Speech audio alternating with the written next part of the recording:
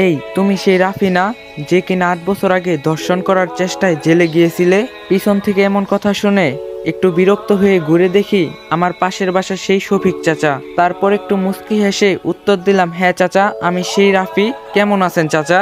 শফিক চাচা বলল, আমি কেমন আছি তা তোমার না জানলেও চলবে। আগে বলো তোমার কি অবস্থা? জেলের ভাত খেয়ে কি এই 8 বছরে কিছু শিক্ষা হলো, না আবার ওই আগের মতোই আছো? শফিক চাচার এমন কথা শুনে থমকে গেলাম। এই শফিক চাচা আমার এত ভালোবাসতো যে তার বাড়িতে যদি ভালো কিছু রান্না হতো তবে সে আমাকে না দিয়ে খেত না। আর সেই শফিক চাচা আজ আমাকে এমন কথা বলতে পারলো। তারপর আমি মাথা নিচু করে আসি।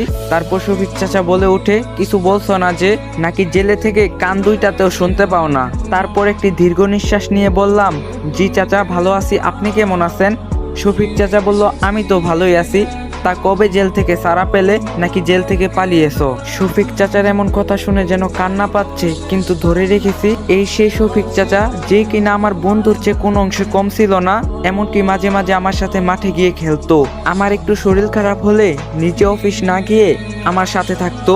সবসময় নিজের আপন ছেলের মতো ভালোবাসতো। তিনি আমাদের এলাকার একজন গণ্যমান্য মানুষ ছিলেন, আর তিনি আমারে সবচেয়ে বেশি ভালোবাসতেন, যেটা বলার বাইরে। আর তিনি এই 8 বছরে এত পরিবর্তন হয়ে গেল। এক মিথ্যা মামলায় কিনা আমাকে পুরো পৃথিবীর কাছে বিশাল এক অপরাধী বানিয়ে দিল। তারপর শফিক চাচাকে বললাম, চাচি কেমন আছে? চাচির শরীর ভালো আছে তো? হ্যাঁ ভালো আছে। তা বললে না তো, কবে জেল থেকে এসেছো? কালকে দুপুরে ছাড়া পেয়েছি। ও তা ভালো, এখন অন্তত ভালো হয়ে যাও, নাকি আবার আগের মতোই ওসব করবে? রাফি নিশ্চুপ। শফিক চাচা বলল, কি কিছু বলছো না যে? রাফি বলল, শফিক চাচা, আপনার মেয়ে ইভা ভালো আছে তো? এই কথা বলার পর শফিক চাচা যেই কথা বলল তা শুনে আমি ভীষণ অবাক হয়ে যাই। তিনি বললেন, কেন, একবার নিজের মামাতো বোনের সাথে হয়নি, এবার আমার মেয়ের দিকে কোন নজর দিচ্ছিস?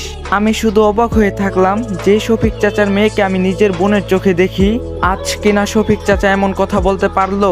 আমি শুধু নীরবে সব শুনলাম, আর নিজের চোখের পানি ধরে রাখতে পারলাম না। চোখ থেকে 2 ফোঁটা পানি বের হয়ে আসলো। তারপর শফিক চাচা বলে ওঠে, তোমাকে আমি এত ভালোবাসতাম, এত তোমাকে ভালো জানতাম, আর তুমি এই প্রতিদান দিলে। তখন আমি কান্নার স্বরে বললাম, চাচা বিশ্বাস করেন, আমি এসব কিছুই করিনি, আমাকে ফাঁসানো হয়েছে। শফিক চাচা বলল, ব্যাস অনেক হয়েছে, তুমি কিছু না করলে তো তোমাকে ফাঁসিয়ে অনেক বড় কাজ করা হয়ে যাবে। তোমার এসব কথা আমি আর শুনতে চাই না। তারপর আমি নিজের মতো করে চুপ থাকি। তারপর আবার শফিক চাচা বলে ওঠে, তা কোথায় থাকবে শুনি? তোমার বাবা মা তো আর তোমায় তাদের সাথে থাকতে দিবে না। যা কাজ করছো তুমি, তার জন্য তো তারা তাদের মুখ কাউকে দেখাতে পারে না। তো গাইস, ভিডিওটা বেশি বেশি করে কপি লিঙ্ক করে দিবেন, আর যদি নেক্সট পার্ট লাগে অবশ্যই কমেন্টে বলবেন।